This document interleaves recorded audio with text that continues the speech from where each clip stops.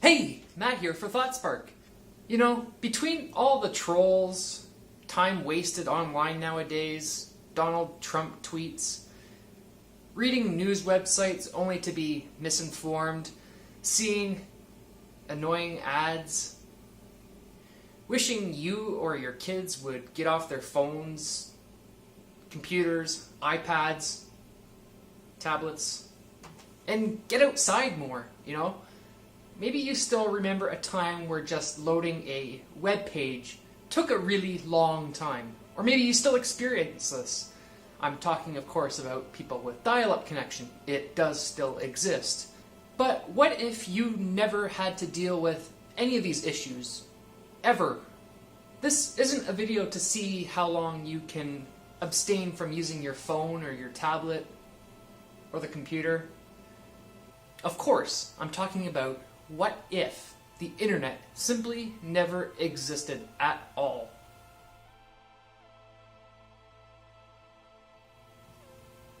Oh, sorry. First, let's head to 1990. Everybody up for a game?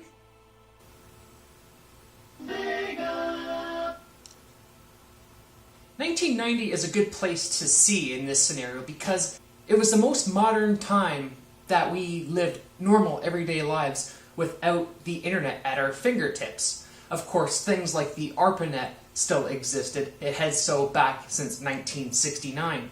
But 1990 was a time where not everybody yet had computers in their house. And the first web page wouldn't be around until August of 1991. But in this alternate timeline, let's assume that both websites and the ARPANET were never invented to begin with either.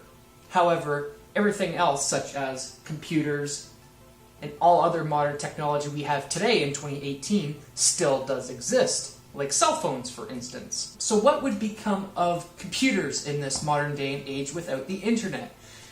Maybe games, movies, music, a place to store all your pictures, Word files, your homework, of course, all that stuff.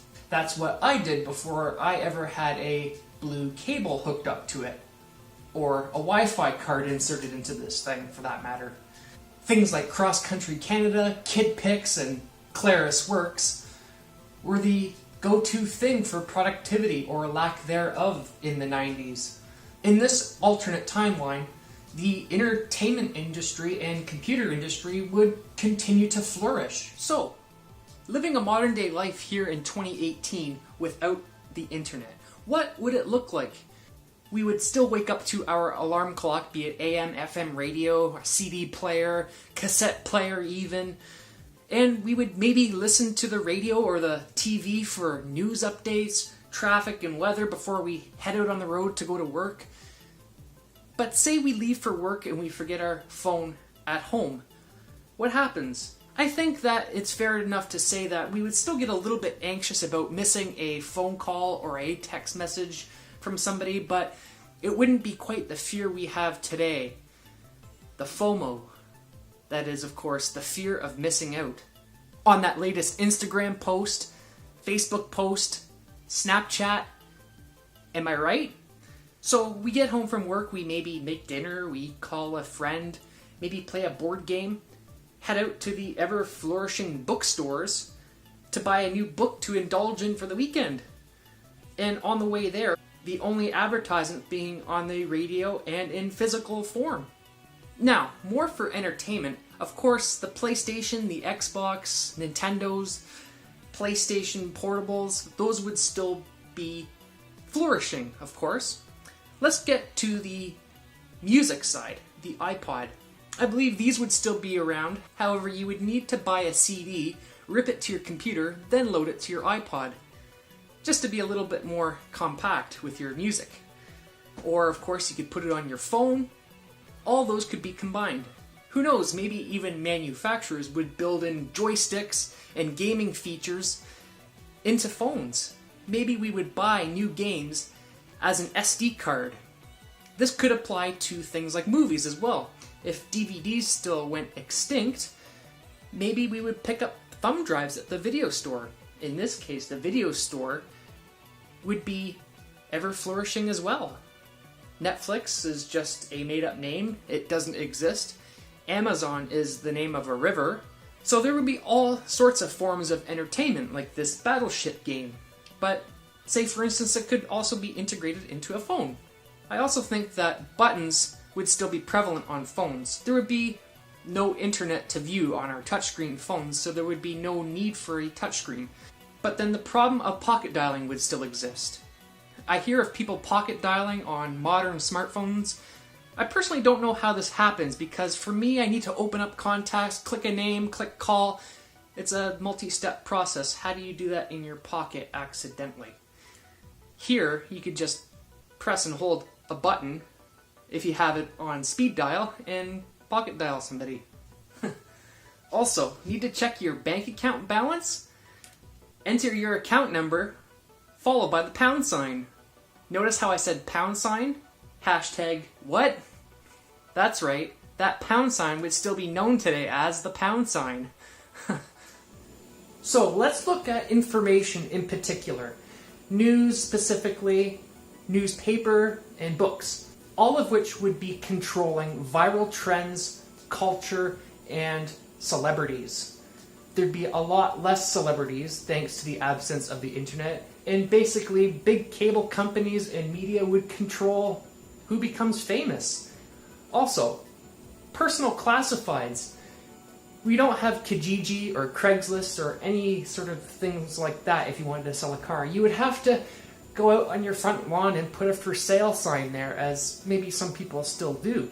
Or you could go to your local newspaper, pay by the word, and get an ad in the paper with your phone number along with what you're selling. Now, I remember every night when I was a kid, I'd sit in front of the TV with my dinner watching the 6 o'clock news. Now, maybe some of you still do this. Maybe others do it on their phone or on their tablet or on the computer or not at all. But in 2018, without the internet, this would be more of a thing still. So in this alternate timeline, I want to ask you, how do you think things would play out? How would you live your daily life without the internet? Also, if the ARPANET wouldn't have been invented in 1969 and the first web page in 1991, would there be an alternate way that the internet could have gotten kick-started? Could it have been from phones? What do you think? So no doubt our indoor capabilities would be a lot more limited without the internet. I mean, children and adults would be outside, being active, doing a lot more things.